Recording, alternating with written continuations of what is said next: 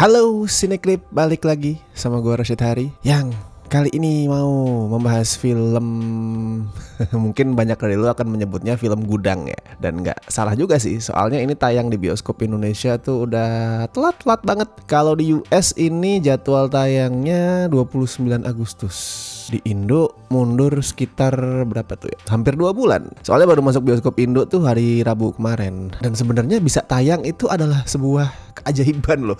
Pada saat itu tadi ya, dengar kabarnya beberapa minggu lalu gue udah pesimis lah ini. Paling jadi film gudangnya XX1 yang lain. Tapi ternyata masuk, dan itu sebuah keajaiban ya. Bukan apa-apa, soalnya ini film dari Darren Aronofsky. Seorang Darren Aronofsky, filmnya tayang di bioskop Indonesia. Gue sih gak inget ya kapan film dia tuh pernah masuk bioskop sini. Noah tuh dulu hampir tayang. Gue inget hampir tayang, tapi kemudian ada kontroversi kan karena bawa-bawa agama terus gak jadi. Requiem for a Dream gak tahu. Gue gak setua itu untuk ngerti di awal 2000-an tuh film masuk bioskop atau enggak. Tapi mungkin masuk ya. Mungkin ada yang sudah cukup senior tahu itu film tayang atau enggak, silakan di komen. Nah, yang kali ini gue bahas adalah filmnya Darren Aronofsky yang paling baru, yaitu Caught Stealing, ketangkep nyolong kalau ditranslate ke bahasa Indonesia. Ini adalah adaptasi novel berjudul sama, bikinannya Charlie Huston yang kebetulan juga nulis skripnya. Jadi bisa dibilang ada di tangan yang tepat ya. Sutradaranya itu Aronofsky, director yang ternama yang udah diakui kemampuannya, sedangkan yang nulis naskah adalah penulis novelnya sendiri. Cuman begitu nonton gue paham sih kenapa ini bisa masuk ke bioskop Indonesia walaupun ada nama Darren Aronofsky yang gak bersahabat sama penonton awam. Caught Stealing itu beda banget kalau lu bandingin ke film-film dia sebelumnya. Filmnya Aronofsky itu kan biasanya identik sama satu, ceritanya tuh pasti dark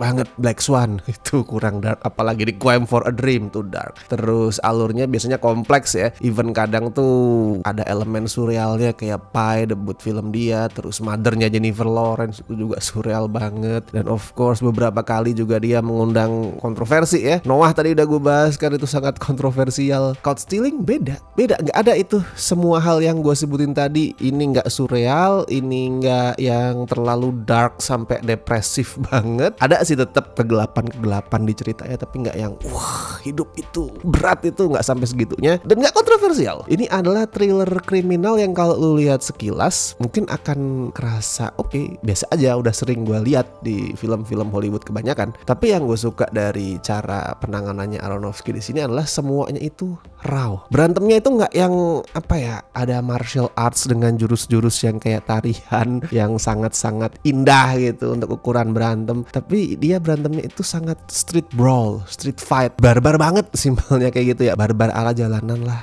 Dan itu berantem merupakan cara karakternya untuk survive, bukan sebatas untuk nakal-nakalan, bukan sebatas untuk pamer jurus, untuk memperlihatkan status dia let's say sebagai penjahat nomor 1 gitu, enggak. Mereka berantem pure untuk survive karena dunianya juga menuntut seperti itu. Dan di sini protagonisnya itu adalah Henry Thompson yang punya nama panggilan Hank. Dia diperanin Austin Butler ya, yang dulu meranin Elvis. Dia ini mantan atlet bisbol yang terpaksa pensiun dini pada saat masih muda banget gara-gara cedera parah, dan sekarang dia kerja sebagai bartender, terus tinggal di apartemen kecil dan sesekali pacaran sama Yvonne yang diperanin Zoe Kravitz. Tuh gue suka mainnya mereka berdua tuh, Austin Butler sama Zoe Kravitz. Kalau misalkan sekarang ya, di era sekarang dibikin film soal Bonnie and Clyde, mereka berdua cocok meradinya karena keren banget, bahkan saling gombal gitu, saling flirting aja keren banget. Cuman gestur kecil, misal ada Zoe Kravitz itu pakai kacamata atau topi gitu, gue lupa di adegan kamar, pokoknya gue ngerasa wow keren banget. Austin Butler juga sama ya, dengan vibe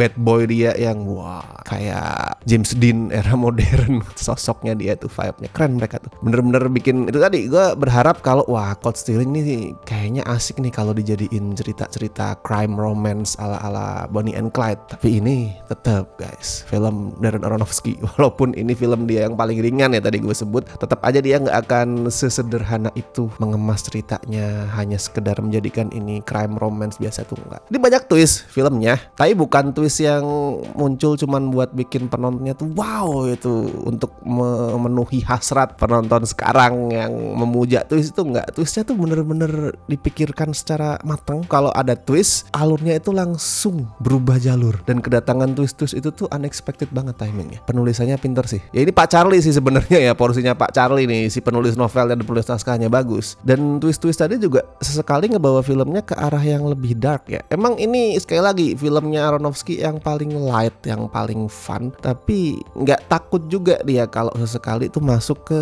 ranah yang kelam. Dan bukan sebatas biar kelihatan edgy ya, itu muncul karena emang untuk menghidupkan dunianya. Ini dunia yang sekali lagi ya mengharuskan karakternya itu pakai kekerasan, berakting nekat, berantem, cuman buat survive. Kalau karakternya sih spiritnya adalah punk rock banget ya. Ini karakter-karakter yang hidup dengan gaya punk rock, rock and roll, yang freedom, bebas, nggak mau dikekang, dan kalau ada yang mengekang harus lawan. Cocok sama dunia-dunia yang tadi gue sebut tuh, dunia yang berat, dunia yang keras, dan spirit punk rock itu diwakilin banget sama lagu-lagunya di sini. Yang digubah sama Rob Simonson ya. Rob Simonson yang bikin lagu, tapi yang ngebawain adalah Idols, bukan Idols girl band ya, Korea bukan. Ini Idols band punk dari British. Nah itu musiknya keren banget, bener-bener satu mewakili spirit karakternya, dan kedua ngedukung cara berceritanya Aronofsky. Aronofsky sini ngebut banget sih. Sekali lagi untuk ukuran dia ya, untuk ukuran seorang Darren Aronofsky, ini film ngebut, dan lagu-lagunya, musik-musik punknya itu bisa menguatkan cara berceritanya Aronofsky itu. Nah turning point dari alurnya itu terjadi pas Russ Minor yang diperanin Matt Smith. Dia ini mas-mas punk dengan rambut mohawk ya. Dia itu suatu hari tiba-tiba pergi ke London dan nitipin kucing punya dia ke si Hank. Dan sejak itu entah kenapa Hank jadi sasaran banyak pihak berbahaya. Ada mafia Rusia, sama ada kakak beradik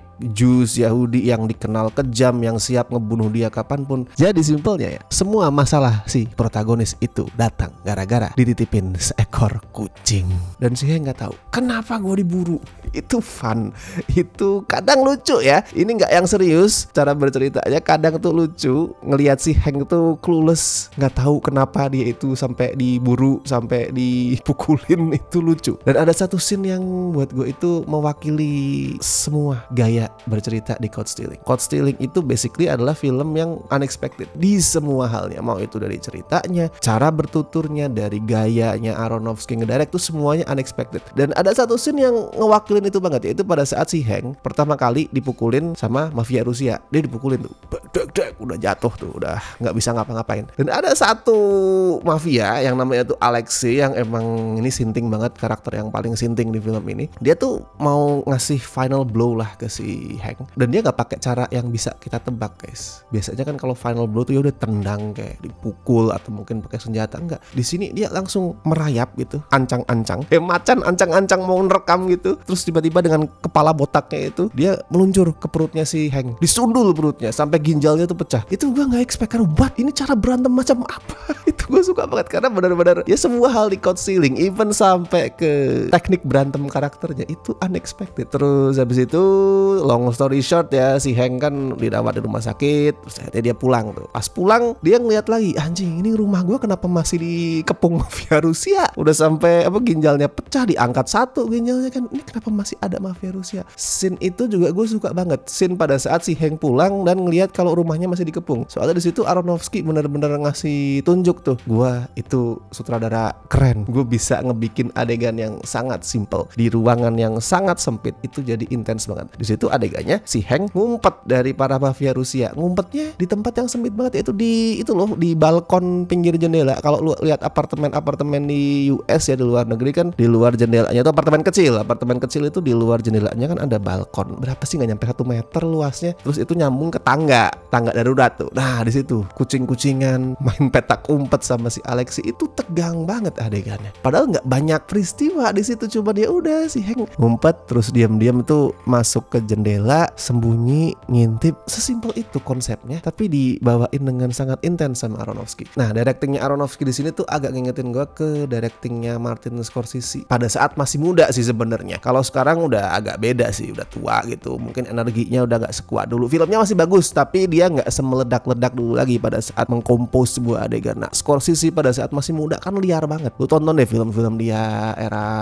70-an, 80-an, Mean Street misalkan, itu kan meledak-ledak banget. Aronofsky di sini kerasa kayak Scorsese zaman dulu. Even kalau lu bandingin ya, sebenarnya ceritanya Caught Stealing ini agak-agak ngingetin ke salah satu filmnya Scorsese juga, After Hours. Sama-sama ngangkat tentang kesialan seorang karakter dalam sehari itu kok kayak nggak pernah beruntung, kayak mau pulang ke rumah aja susah. Nah mirip sebenarnya, kayak mungkin mungkin terinspirasi dari After Hours, I don't know. Dan nanti lu juga akan beberapa kali ngelihat flashback ya di sini yang ngejelasin sebenarnya kenapa sih si Hank itu sampai pensiun, cederanya dia itu asalnya dari mana, lu akan tahu itu dari flashback. Pokoknya akan ada peristiwa lah yang bikin Hank itu sampai trauma. Dia takut nyetir. Kalau misalkan ada karakter lain tuh bilang, ayo lu yang nyetir, dia akan selalu ngomong, I'm not driving. Makanya sebenarnya caught stealing itu adalah di luar semua itu ya kejar-kejarannya, urusan soal mafianya dan lain-lain. Ini sebenarnya cerita tentang manusia yang menghadapi trauma, yang berusaha lepas dari trauma dia di masa lalu, menghadapi ketakutan dia biar akhirnya tuh move on. Nah cuman caranya sangat Aronofsky banget.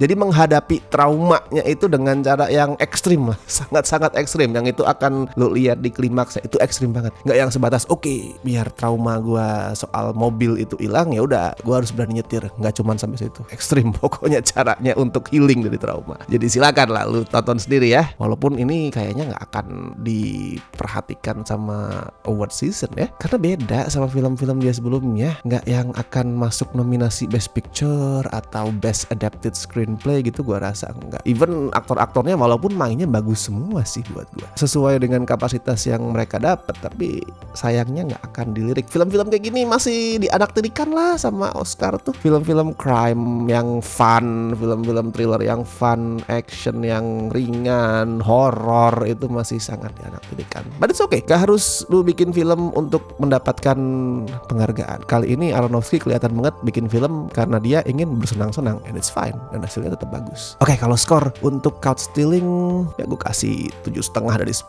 Ini kalau dikasih ke sutradara yang lain, wah bakalan generik banget. Tapi di tangannya Aronofsky, terus dengan aktor-aktor yang punya karisma kayak si Zoe Kravitz, si Austin Butler, hasilnya keren. Jadi silakan ditonton. Dan buat yang sudah menonton, bagiin juga review kalian. Bisa di kolom komentar, bisa juga di scorefilm.com. Silahkan ramaikan. Dan thank you banget buat teman-teman yang masih setia join membership Cinecrip sampai hari ini, terutama mereka-mereka ini dari Tir Besti and La Familia. Thank you so much. Oke, gue Rashid Hari, sampai ketemu di review berikutnya.